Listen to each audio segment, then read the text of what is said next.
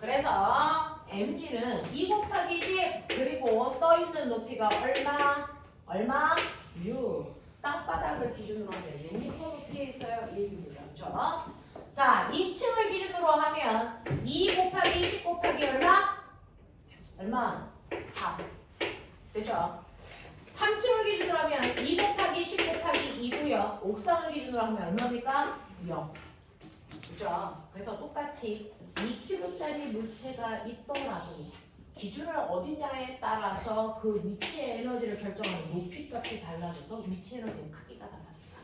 그래서 위치 에너지의 기준을 정확하게 보는 게 중요하다. 알겠습니까? 이렇게 합니다. 자, 그래서 이렇게 기준변보다 높은 곳에 있는 물체가 갖는 에너지가 바로 위치 에너지인데요. 아까랑 똑같은 거 해볼래요? 여기 이렇게 추 있어요. 2kg짜리 추가 있는데 여기 벽면에 나사로 조여놓은 나무 토막이 이렇게 있어서 이 추를 떨어뜨리면 나무 토막이랑 부딪혀서 나무 토막이 밑으로 밀려나가는 일을 합니다. 이때 기준면을 여기로 잡으시면 여기로부터 떠있는 높이를 h라고 하겠죠. 자, 그랬을 때 첫 번째 각 이물체의 질량 2kg 기준면으로부터 떠있는 높이는 얼마라고 할까요? 2m. 그래서 뚝 떨어뜨려 보니까 저 나무 토막이 밑으로 밀려나간 거리가 얼마냐면 10cm 밀려나갔다고 치자. 납득됩니까? 네. 이 새끼 왜 밀려나갔을까요? 추가 가지고 있는 위치 에너지만큼 일하는 게 썼기 때문입니다. 그렇죠? 자, 두 번째 나로 갈게요. 이번에는요. 높이는 그대로 2m로 고정시켜 놓을 건데 더 무거운 물체 떨어뜨릴게요. 4kg. 위치 에너지 몇 배 커질까요? 질량이 2배 커졌네요. 위치 에너지 몇 배 커질까요? 2배 커집니다. 그러니까 밀려나가는 거리 몇 배 커질까요? 2배 커집니다. 그래서 20cm만큼 밀려나갑니다. 계산 못할 사람 없죠? 자, 세 번째요.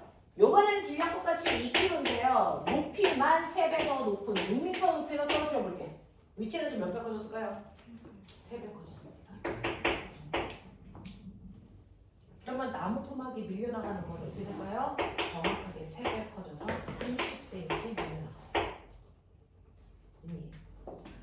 네 번째. 4kg짜리를 그럼 6m에서 떨어뜨리면 어떻게 돼요? 라고 하면 얘는 처음에 비해서 질량도 2배 늘어나고 높이도 3배 늘어났기 때문에 총 몇 배 늘어난 거니? 6배. 그래서 자가 이동한 거리도 정확하게 6배만큼 커지겠죠. 됐어.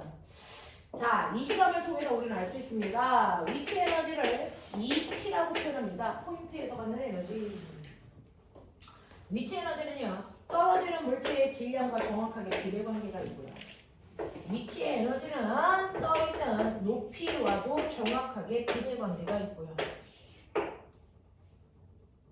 됐죠? 위치 에너지는요. 나무 토막이 이동한 거리와도 비례관계가 있네요. 알겠습니까? 이게 위치 에너지예요. 그러면 이때요. 저 추가 가지고 있는 위치 에너지 mgh만큼이 떨어지면서 나무 토막을 미는 일을 한 거죠. 미는 일을 한 거죠. 그럼 밀 때 얼마만큼의 힘을 줘서 얼마만큼 이동시켰니? 이게 한 일이 아니죠. 힘 곱하기 거. 알겠어? 자, 이때 힘 얼마 들었는지 계산하세요. 첫 번째.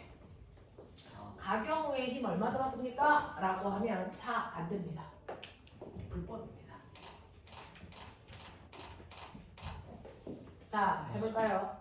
자, mgh니까 2 곱하기 중력과 속도 곱하기 이동한 거리. 그러니까 추가 가지고 있는 위치 에너지는 무려 얼마? 40. 됐죠? 그러면 할 수 있는 일의 양도 42였어야 된다. 기준면으로 내려왔으니. 됐죠? 그때 물체에다가 준 힘에다가 밀고 간 거리를 곱할 건데 얘 10cm 밀려나갔단다. 10cm. 얼마로 집어넣니? 0.1m 상식이다 임마. 그러면 이때 힘 얼마 줘야 되니? 무려 400N의 힘 줘서 부딪혔어요. 이렇게 가야죠. 됐죠? 그래서 물체가 받은 힘은 400N의 힘으로 밀었어 이 뜻이야. 이해되죠? 그게 바로 나무 토막과 나사 사이에 곱하기에 작용한 변면과의 마찰력이 400이라는 뜻입니다. 자, 근데 보세요. 위치, 에너지만큼 나무 토막을 밀고 가는 일할 건데요. 위치는 다 2배 커졌더니 한 일은 힘 곱하기 거리인데 거리가 2배 커졌어. 힘은 1.5죠. 그렇죠? 자, 위치 에너지가 3배 커졌는데 밀고 나간 거리 얘가 3배 커졌어. 힘은 1.5죠. 그러니까 첫 번째도 두 번째도 세 번째도 네 번째도 힘은 첫 번째와 똑같이 400N의 같은 힘을 계속 받고 있다라고 생각하셔야 합니다.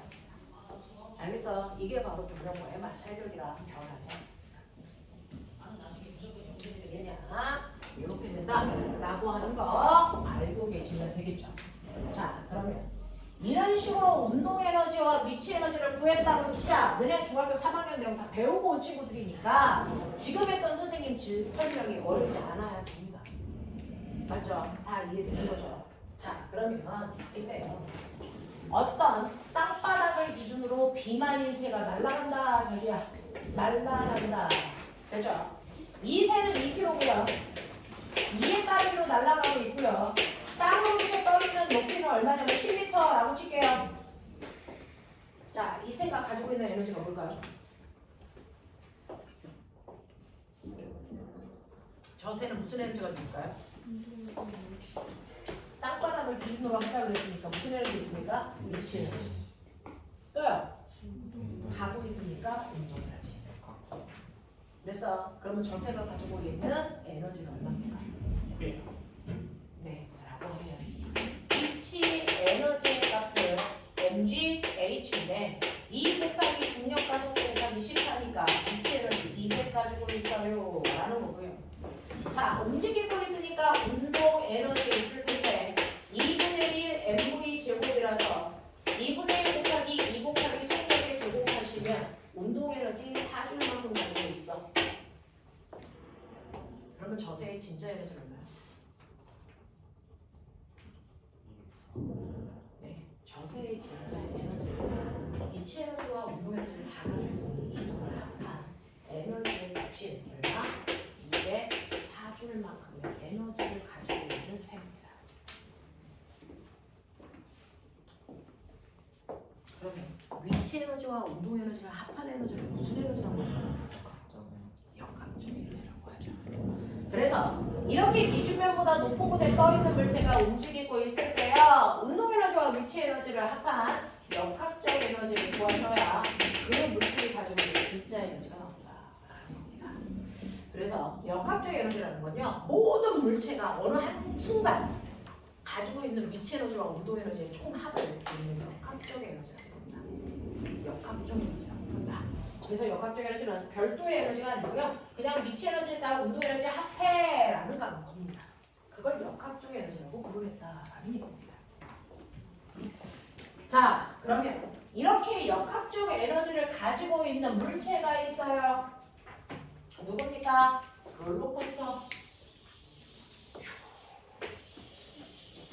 보이나?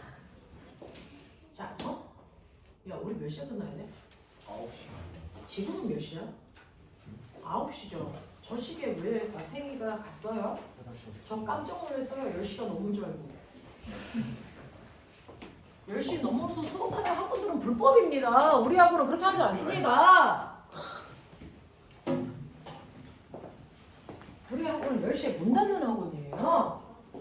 뭐야? 문 닫아요. 문 닫아요. 뭐야? 닫아요. 닫고 하죠. 열고 하진 않아요. 네. 자, 보시면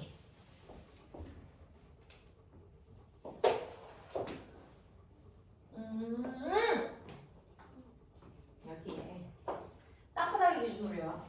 요 A 지점은요. 땅바닥을 기준으로 20m 높이에 자, 질량이 2kg짜리 물체가 있어요. 이런 얘기죠. 그리고 이 B라는 지점은요. 지면으로부터 10m 높이인 지점이고요. C라는 지점은 16m 높이. 그리고 여기에 있는 D라는 지점은 지면으로부터 치자. 자, 보면 내가 얘를 툭 하고 건드리는 순간 얘 위치 에너지 뭐하니? 운동 에너지 위치 에너지 뭐하니? 줄어들죠. 내려오니까 높이가 감소하니까 위치 에너지 감소합니다. 근데 얘가 내려오는 동안 한 일 있어 없어? 한 일 있어 없어? 없어요. 바닥에 마찰이 없으면 한 일이 없습니다. 누군가를 밀고 가지 않았잖아요. 그럼 한 일이 없는데 에너지가 줄 수 있댔어 없댔어? 없다 그랬어요. 그러면 한 일이 없는데 위치 에너지가 줄었어요. 예를 들어 200이었다가 100 됐다고 쳐요. 위치 에너지가 100만큼 줄었어요. 그럼 100 어디 갔어요? 라고 하면 일을 하지 않을 때는 에너지는요. 일로 전환된 게 아니기 때문에 다른 형태의 에너지로 바뀐 겁니다. 그러면 얘가 일을 하지 않았으니까 위치 에너지가 준 만큼 다른 형태의 에너지가 늘어나야 되겠죠? 무슨 에너지? 운동 에너지. 그러니까 얘는 내려올수록 점점 속도가 보이십니까? 빨라져요. 그래서 물체가 내려오면 내려올수록 위치 에너지를 감소하고 운동 에너지가 증가하기 때문에 내려오는 구간을 운동 에너지로 전환되는 구간이다.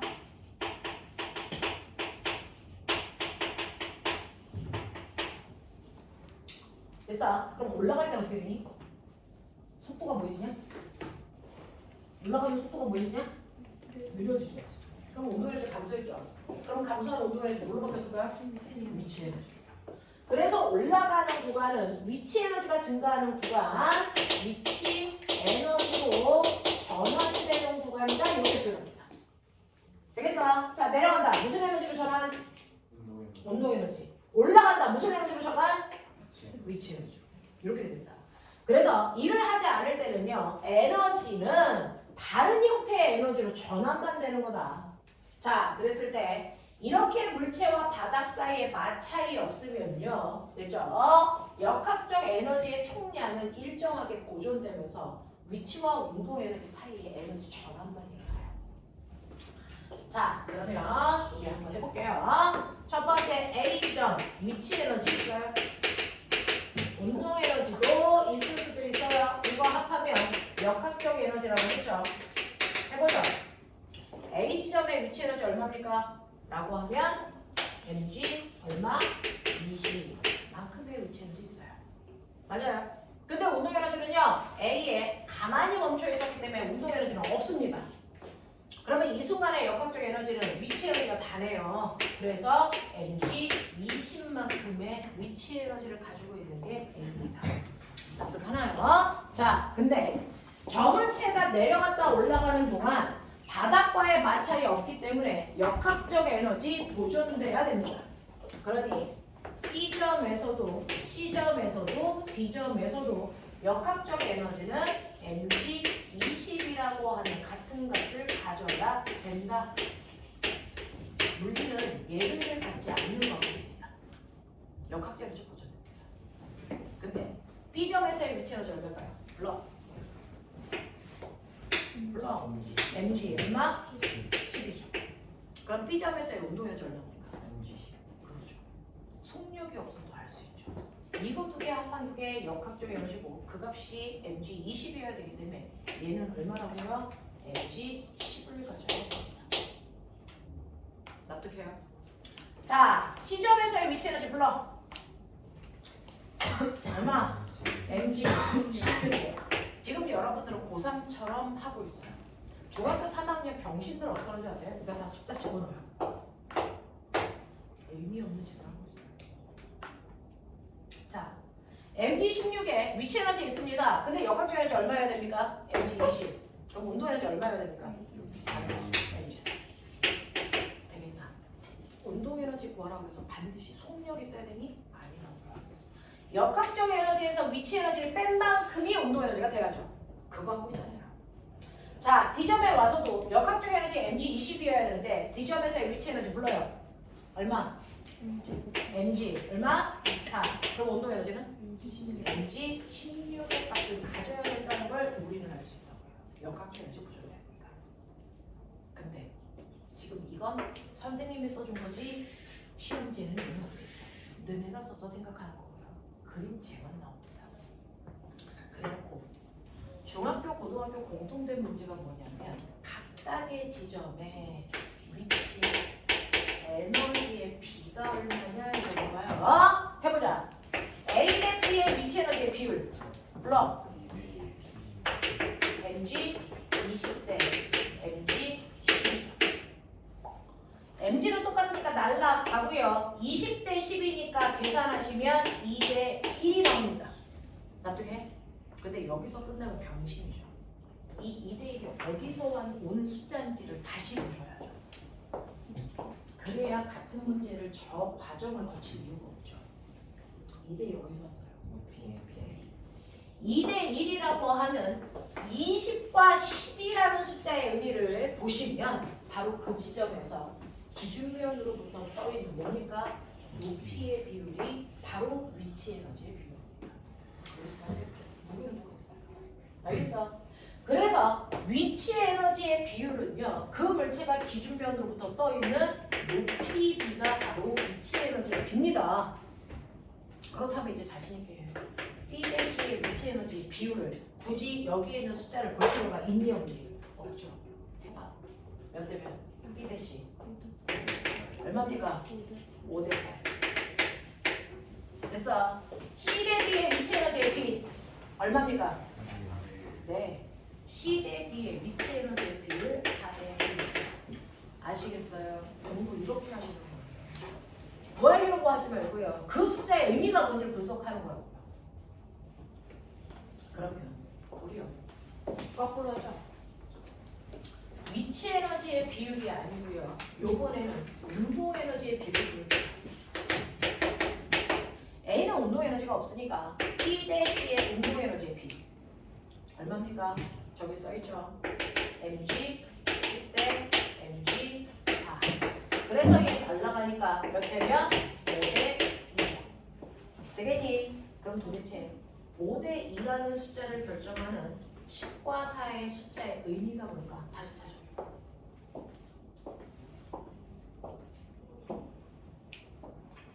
10과 4의 의미! 20에서 높이의 변수 실제로요.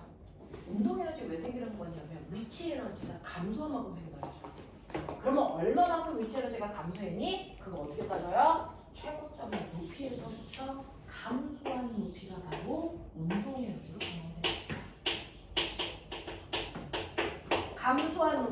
감소한 높이가 그 지점에서의 운동 에너지의 크기를 결정한다. 그러니 자, B점에서는 최고 높이로부터 10m 감소해서 이게 운동 에너지 됐어요. C 지점은 최고점으로부터 4m 감소해서 운동 에너지 만들었어요. D 지점은 최고점으로부터 16m 감소한 양이 운동 에너지 만들었어요. 이 얘기잖아요. 그래서 운동 에너지는요, 최고점으로부터 약한 이게 운동 에너지를 만들죠. 왜? 위치 에너지가 감소하면서 운동 에너지 전환돼요. 위치 에너지가 얼마만큼 감소했는지 보시면 된다고요. 단 기준은 최고점에서부터입니다. 나중에 더 가면 말씀드릴 때 그 최고점의 위치는 반드시 속력이 0이었던 거기를 기준으로 얘기하는 거예요. 알겠어요? 자, 그러니 B 대 C의 비율이 5대 2라는 거 납득. 여기 지워도 알 수 있겠죠. 그럼 꼬매가 C 대 D의 운동 에너지의 비율 불러. C 대 D 얼마라고요? 1대 4. 이게 중학교 3학년 문제이자 이게 통합과학 고등학교 1학년 문제입니다. 근데 하나만 더 나가보자. 그러면 C와 D의 운동에너지 비율이 1대 4라는 거 너 알았어? 그치? 그러면 C 대 D의 속력비가 몇 대지? 9회. C 대 D의 속력비가 몇 대 몇일까요?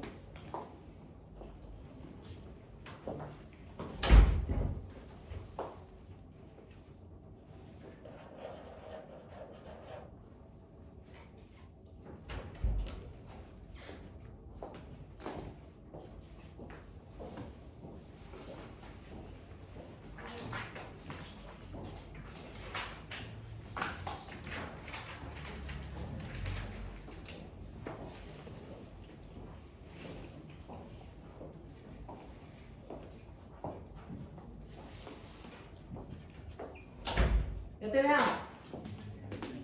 1대 2입니다.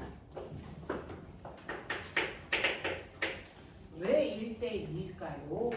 라는 겁니다. 자, 시점에서의 운동 에너지는 2분의 1 m C를 지나는 순간의 속력의 제곱입니다. 인정? 자, D지점에서의 운동 에너지는 2분의 1 m v D를 지나는 순간의 속력의 제곱으로 구해도 같은 값이어야 됩니다. 그게 1대 4라고 했는데 비율이잖아요. 2분의 1 m, 2분의 1 m 똑같습니다. 그러니 사실은 운동 에너지의 비율이라는 건 그 점을 지나는 순간의 속력의 제곱 비율이 운동 에너지의 비율입니다. 맞아요. 그렇죠. 그러니까 속력비를 물어보면 여기에 루트 씌우셔야 속력의 비가 나온다. 알겠어? 루트 씌우셔야 속력의 비가 나온다. 그래서 1대 2다. 아시겠냐? 네. 수능에서는 거꾸로 속력비 줘요. 그러면 운동 에너지 비율로 끌고 올라가서 높이 비를 보셔야 돼. 됐어? 거꾸로 가는 겁니다. 됐죠? 자, 이런 식으로 해서 여러분들이 역학적 에너지가 뭔지 됐어? 네, 얘네들의 관계가 뭔지를 보여드렸단 말이죠. 자, 그러면 이제부터요. 위치 에너지와 운동 에너지가 뭔지를 보여드렸는데 꼬맹아, 위치 에너지라는 단어 요즘 안 쓰는 거 알아요? 요즘은 위치 에너지를 뭐라고 합니까? potential 에너지 이렇게 불러요. potential 영어 단어 잠재죠. 됐어. 위치 에너지는 잠재되는 에너지야. 뭐가 잠재되었어? 운동 에너지로 바뀔 잠재력을 가지고 있는 에너지야. 알겠어? 이렇게 포텐셜 에너지라고 하는 걸 요즘에 위치 에너지라고 하는 이 에너지를 포텐셜 에너지라고 한다. 그래서 우리는 포텐셜 에너지라는 뜻으로 위치 에너지가 ET라고 쓰는 거예요. 사실.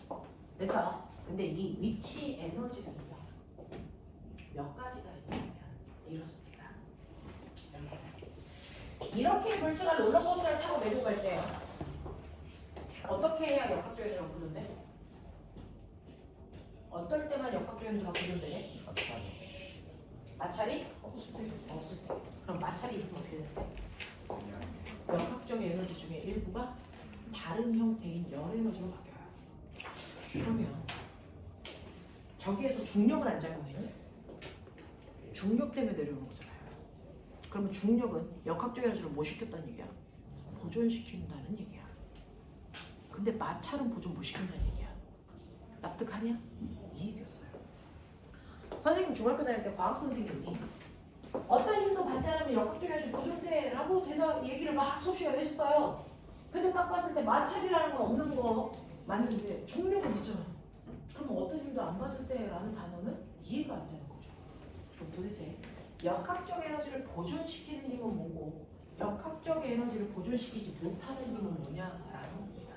됐어? 역학적 에너지를 보존시킬 수 있는 힘을 우리는 보존력이라고 물투에서 배워요. 그냥 가져다 설명해요. 역학적 에너지를 보존시킬 수 있는 힘은 보존력입니다. 됐어? 자, 그런가 하면 역학적 에너지를 보존시키지 못하는 힘 뭐지만 비보존력. 그러니 힘에는 역학적 에너지를 보존시킬 수 있는 힘이 있고 보존시킬 수 없는 힘입니다. 그 중에서 보존력의 대표적인 게 뭐다? 아유! 대표적인 게 뭐야? 이 썩을놈의 새끼들이 멍 때리고 있어. 3시간밖에 안 하는 수업을. 자! 역학적 에너지를 보존시키는 힘을 뭐라 그러냐? 보존력! 뭐 있다고? 그렇지. 정신 차려. 얘네랑 똑같은 나이에 지금 예비 중3 아이들 저기 오늘 아침 10시부터 와서 지금 수업하고 있는 새끼들도 있어. 자, 역학적 에너지를 보존시키는 힘을 보존력이라고 하는데요. 그 보존력의 성질을 가지고 있는 첫 번째 힘이 중력입니다. 그래서 중력받고 떨어져도 역학적 에너지 보존됩니다. 맞아? 또 있어요. 바로 몬스터이 가지고 있는 힘. 어우르 탄성.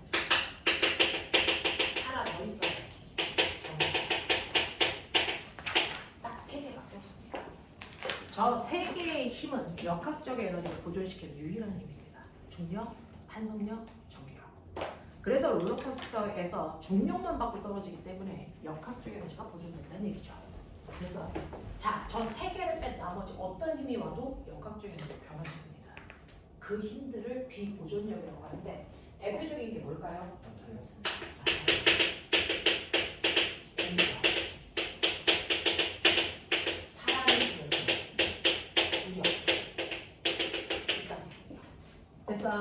저 위에 있는 세 가지 힘을 뺀 나머지는 무조건 다 비보존력이라서요. 역학적 에너지 변화시킵니다. 여러분들은 중학교 때는 바닷가에 마찰이 없으면 역학적 에너지 보존돼! 라고 하지만 사실은 마찰뿐만 아니라 사람의 뒤에서 밀어줘도 역학적 에너지는 변합니다. 알겠어요? 이렇게 되는 거죠. 자, 그래서 역학적 에너지를 보존시키는 보존력만 작용하는 공간을 만들기 위해서 롤러코스터와 물체 사이에 마찰 없을 때를 가정해서 실험하는 겁니다. 알겠습니까? 이렇게 된다 라고 하는 거 머릿속에 집어넣으시면 되는데 공기저항 없다네? 공기저항이 없는 공간에서요, 여기요 2kg짜리 물체가요 20m 높이에서 떨어져 바닥에 닿기 직전 속도 얼마나? 이게 중3 내용이죠.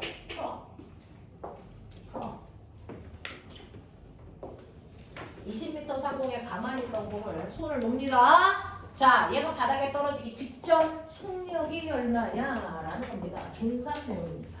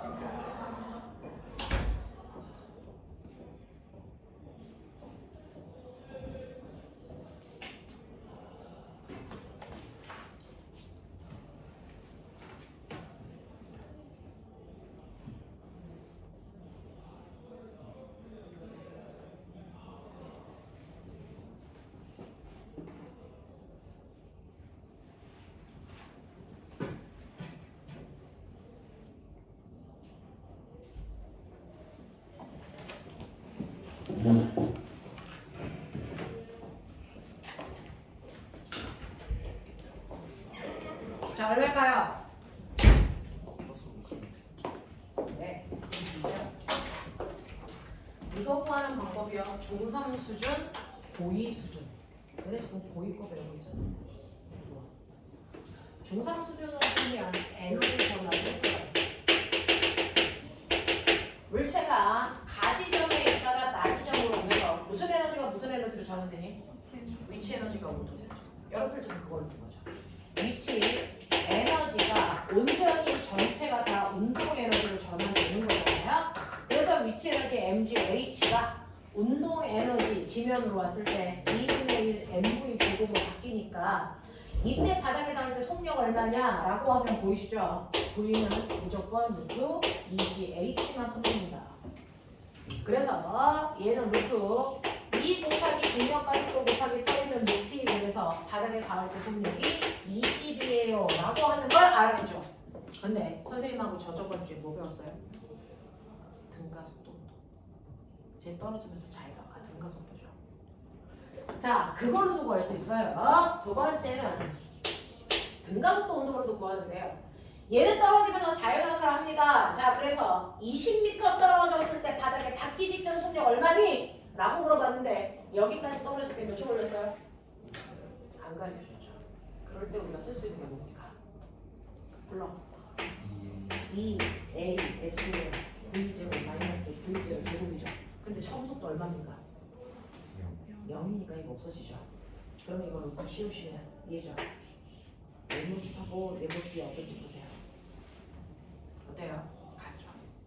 됐죠? 자, V는 루트 2 곱하기 떨어지는 물체는 중력과 속도, 떨어지는 높이 H, 얘하고 얘가 같죠? 그래서 같은 대로 나옵니다. 그래서 저거를 이렇게도 풀 수 있다라고 하는 거 기억해 두시면, 이런 식으로 하나의 물체가 떨어질 때요, 위치 에너지가 운동 에너지로 전환된다. 왜? 중력이라는 보존력을 작용했기 때문이다 라는 거죠. 자, 근데 골 때리는 물원 수능 문제 보죠. 골 때리는 물원 수능 문제를 보면 이제 이렇게 마찰이 없는 책상 위에 보존도르래를 이용해서 이렇게 물체를 놓죠. 마찰이 없는 곳에 A라고 하는 2kg짜리 물체와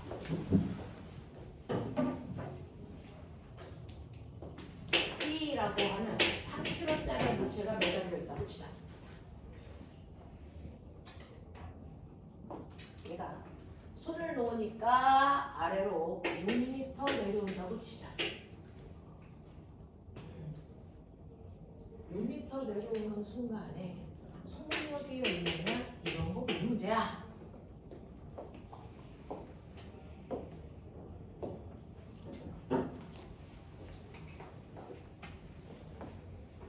그래봐.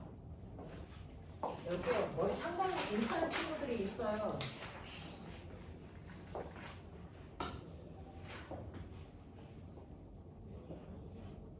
본인이 알지 모르겠지만 조금 일찍 선임을 하셨으면 되게 좋을 만한 친구들이 몇몇 있어요. 해보십시오.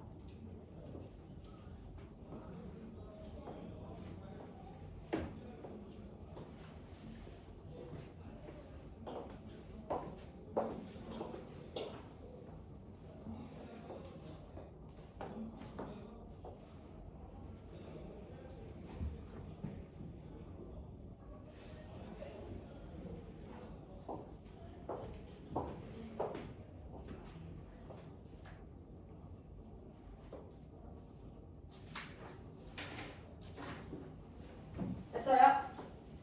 20. 얼마? 이런 얘기죠. 속력이 얼마야? 자, 이 문제입니다. 이 문제 풀 수 있는 방법을 보여드릴게요. 등가속도로 푸셔도 무방합니다.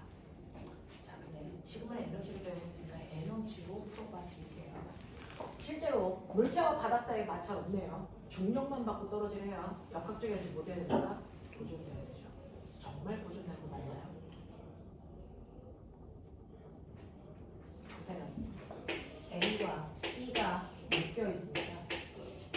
그때 시간이 지나면서 이 B가 내려가고 A가 끌려가고 있는 동안에 여러분들이 보셔야 되는 거 얘네들의 위치 에너지 변화량을 보자. A는 얘가 6m 떨어지니까 이쪽으로 6m 끌려갈 겁니다. 위치 에너지 변화량 있어 없어? 없어요. 얘는 위치 에너지 변화량 빵입니다. 됐죠? 운동 에너지 변화량 있어 없어? 있어 없어? 있죠. 멈춰있다 끌려가면서 속도가 생길 거니까. 운동 에너지 뭐합니까? 증가합니다. 그러면 A는 역학적 에너지가 어떻게 될까? 증가가 있습니다. 역학적 에너지 보여도 될까 안 될까? 될까 안 될까? 됩니다. 문제는 예외가 없다는 거잖아요. 증가했는데요? 보존되는 겁니다. 왜요? 이렇게 묶여있는 물체는요, 전체가 그냥 한 덩어리 물질입니다. 됐어? 그래서 VV마다 역학적 에너지가 조금씩 증가하고 조금씩 감소하는 것 같아도 전체를 합하면 역학적 에너지가 뭐 되고 있는 거야? 보존되고 있는 겁니다. 그래서 보세요. B요. 얘 위치 에너지 뭐 하고 있니? 감소. 운동 에너지 뭐 하고 있을까요? B요. 내려가면서 속도 빨라지죠. 뭐합니까? 증가. 근데요. 얘는 감소한 게 클까요? 증가한 게 클까요? 감소한 게 훨씬 큽니다. 그래서 감소합니다. 예를 들어 A의 전체 역학적 에너지가 20 증가했다고 치자. B의 전체 역학적 에너지는 얼마? 20만큼 감소했을 겁니다. 그래서 이 둘을 합한 전체 역학적 에너지를 보면 역학적 에너지의 총 변화량은 얼마입니까? 0. 중력만 받았으니까. 이런 형태가 나타납니다. 알겠어? 한 덩어리로 묶여 있는 경우에는 전체 역학적 에너지의 변화가 없는 형태가 맞습니다. 알겠습니까? 자, 그러면 실제로요. 감소하는 위치 에너지 구할 수 있잖아. 얘 감소할 때는 불러. 얼마니? N, G, H. 뭐예요? 얼마 감소할게요? 180조 감소했어요. 얘 운동 에너지 얼마 증가할게요? 저 이거 알아요. 얼마 증가할게요? 이거요. 실제로요. 감소한 거 180얘니까 이거 두 개 증가한 거 더하면 얼마가 되니? 180입니다. 그렇죠? 증가한 것과 감소한 양이 똑같아야 역학적으로 보존되는 거죠. 그래서 네, 요거 증가한 A와 B 값을 더하면 이게 180이 될 거야. 근데 이 A 값은 뭐냐면 6m까지 끌고 가는 순간의 속력, 이게 바로 A의 운동 에너지를 만들 건데요. A의 운동 에너지는 2분의 1, A의 질량의 A의 속도의 제곱이죠. 그렇죠? B는요 2분의 1 B의 속력의 제곱이죠. 근데 보면은 이 둘이 한 줄로 묶여 있어. 속력 누가 빠를까? 누가 클까? 한 줄로 묶여 있어. 여기까지 내려오는 순간 얘 속력이 10이라고 치자. 얘 속력 얼마겠니? 10이요. 왜? 한 줄로 묶여 있어. 한 덩어리로 운동하잖아. 한 덩어리로 운동하는 순간 매 순간 둘의 속력 뭐해야 된다? 같아야 된다. 매 순간 둘의 가속도 뭐해야 된다? 같아야 된다라는 겁니다. 그러니 6m 밀려오는 순간 A와 B의 속력은 같아야 되죠. 그러면 얘네들의 운동 에너지의 비율은 어떻습니까? 2분의 1 V제곱, 2분의 1 V제곱 똑같으니까 사실은 운동 에너지 증가량은 물체의 질량 비율만큼 증가한다. 알겠어? 그러면 질량 비율이 몇 대 몇입니까? 보이시죠? 몇 대 몇입니까? 2대 3. 그러니 전체 180을 2대 3으로 나눈 만큼씩이 운동 에너지가 됩니다. 괜찮아? 하겠어? 그래서 180이면 전체 5등분 한 것 중에 2개만큼의 A의 운동 에너지야.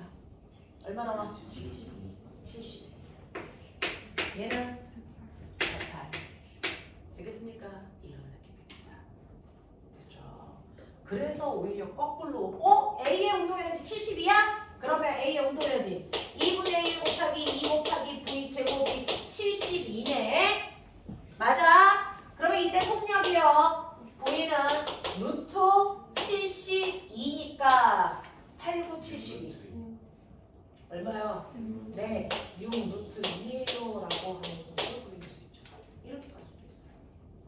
이해돼? 이런 얘기야. 자, 그래서 한 덩어리로 묶여있을 때 이런 느낌이구나 라고 하는 거를 조금 보고 계셔야 수능 문제에서의 난이도 높은 문제를 풉니다. 자, 그 다음 거 가죠. 그러면 우리는 이러한 위치 에너지 중에서요, 됐죠? 위치 에너지의 종류가 있어요. 사실은 중학교 3학년 때는요, 중력이 만든 위치 에너지만 보는 거예요. 근데 이런 포텐셜 에너지는요, 모든 보존력이 다 만들 수 있어요. 그래서 중학교 3학년 때 배운 것처럼 중력이 만든 위치 에너지도 있지만 용수철이 만든 탄성 위치 에너지도 있습니다. 또 전기력이 만든 전기 포텐셜 에너지도 있어요. 그래서 모든 보존력들은 위치 에너지를 다 만듭니다. 그죠? 중학교 3학년은요 중력이 만든 위치 에너지만 배우고 그 중력이 만든 위치 에너지는 중력의 힘과 반대 방향으로 움직인 거리고 mgH로 계산한 겁니다. 됐죠? 그래서 중력 위치 에너지만 mgH로 보여요. 그러면 탄성 포텐셜 에너지라고 하는 탄성 위치 에너지 여기까지가 여러분의 교과 과정에 있는 물리학 원의 책 내용입니다. 전기 포텐셜 에너지는 물투에 있습니다. 자, 그러면 탄성 포텐셜 에너지 구하는 방법이니까 일단은 탄성력이 뭔지를 아셔야죠. 우리가 선생님이 맨 앞에 했었는데요. 이렇게 용수철이 있으면 용수철은 원래 상태로 되돌아가려면 탄성력이 작용한다. 됐어. 이때 용수철이 이렇게 늘어나기 전의 길이가 L0라고 치자. 근데 내가 여기다가 10N짜리 물체를 매달면 그 물체가 아래로 잡아당기는 10N의 힘과 같은 탄성력이 만들어질 때까지 늘어난다. 맞습니까? 그래서 같은 탄성력이 만들어질 때까지 늘어난 길이를 봤더니 요 길이가 10cm 늘어난 2cm 늘어났네. 뭐 이런 느낌으로 하자. 자, 그래서 늘어나다 멈췄기 때문에 얘는 아래로 잡아당기는 중력과 용수철이 잡아당기는 탄성력의 크기가 같다라는 얘기다. 그래서 합력이 0이기 때문에 그 지점에 정지되어 있는 거다. 그래서 그러면 이때 용수철에 작용하는 탄성력을 보시면 탄성력은 어떤 능력을 가지고 있냐면 탄성력은 늘어난 길이와 정확하게 비례 관계가 있죠. 됐죠? 그러니까 A라고 하는 이 용수철은요 사실은 10N이라는 힘을 줬을 때 2cm 늘어나는 용수철이었어요. 그러면 이 용수철에 10N이 아니고 20N으로 물체를 바꾸면 어떻게 될까요? 어떻게 될까요? 4cm. 됐어? 그러면 질량을 모르는 어떤 애를 매달았어요? 무게를 모르는 어떤 애? 그랬더니 걔는 6cm 늘어납니다. 그럼 그 아이의 무게는 얼마입니까? 30N의 무게를 가지고 있는 물체다. 이렇게 볼 수 있다는 얘기죠. 그래서 용수철은 늘어난 길이를 통해서 매달려 있는 물체의 무게를 측정할 수 있는 정보입니다. 알겠습니까? 이렇게 되는 거예요. 자, 근데 이러한 용수철 특이한 거 아세요?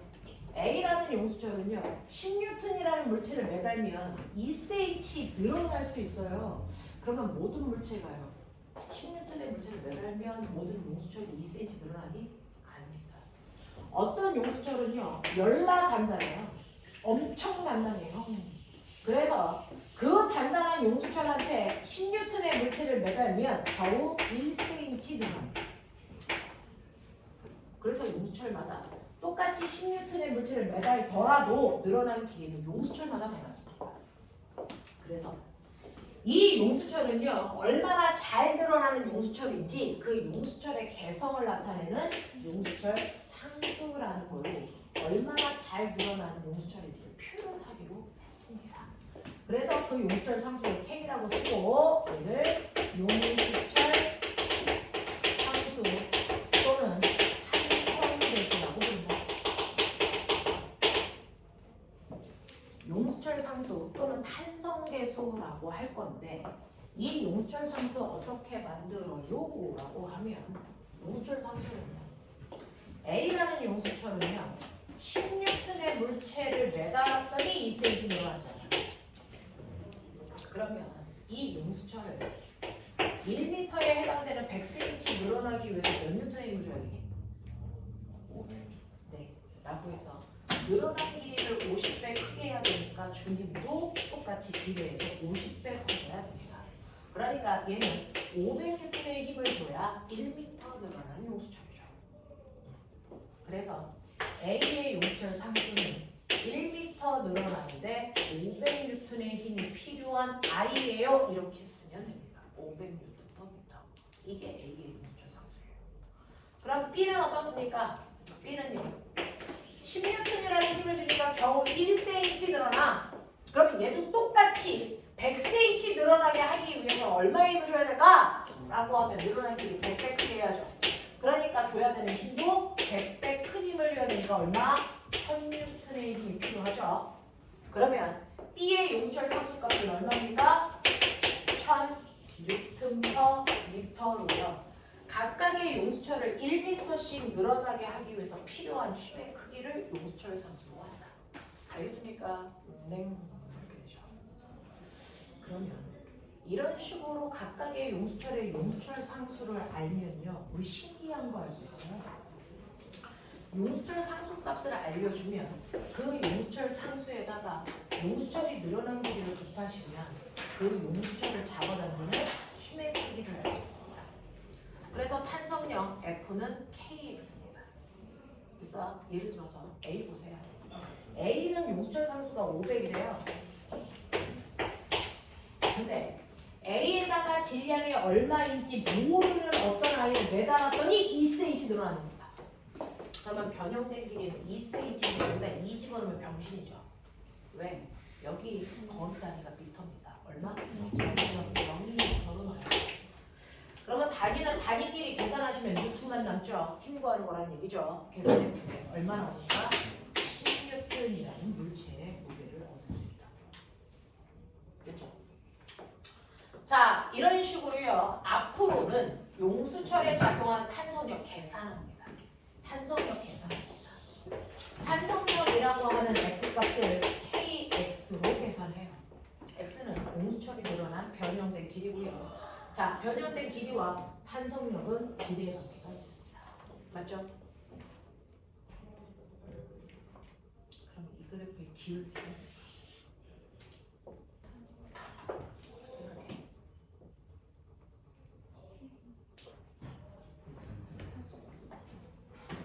선생님 말씀드렸죠.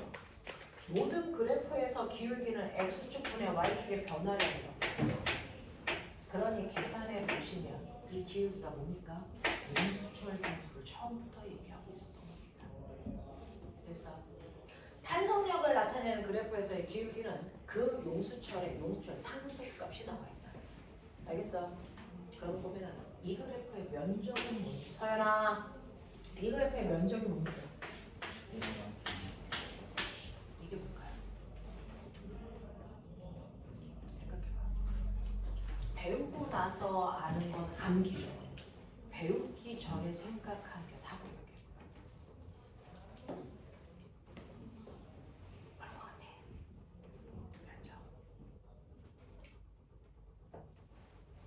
KS 모든 그래프에서의 면적은 항상 x축과 y축의 곱의 의미가 숨어 있다고 했어요. 저는 의미가 중요하지 그 값이 얼마인지는 궁금하지 않아요. 그건 수학 시간에 하잖아요. 그때 하세요. 뭐가 숨어 있을까요?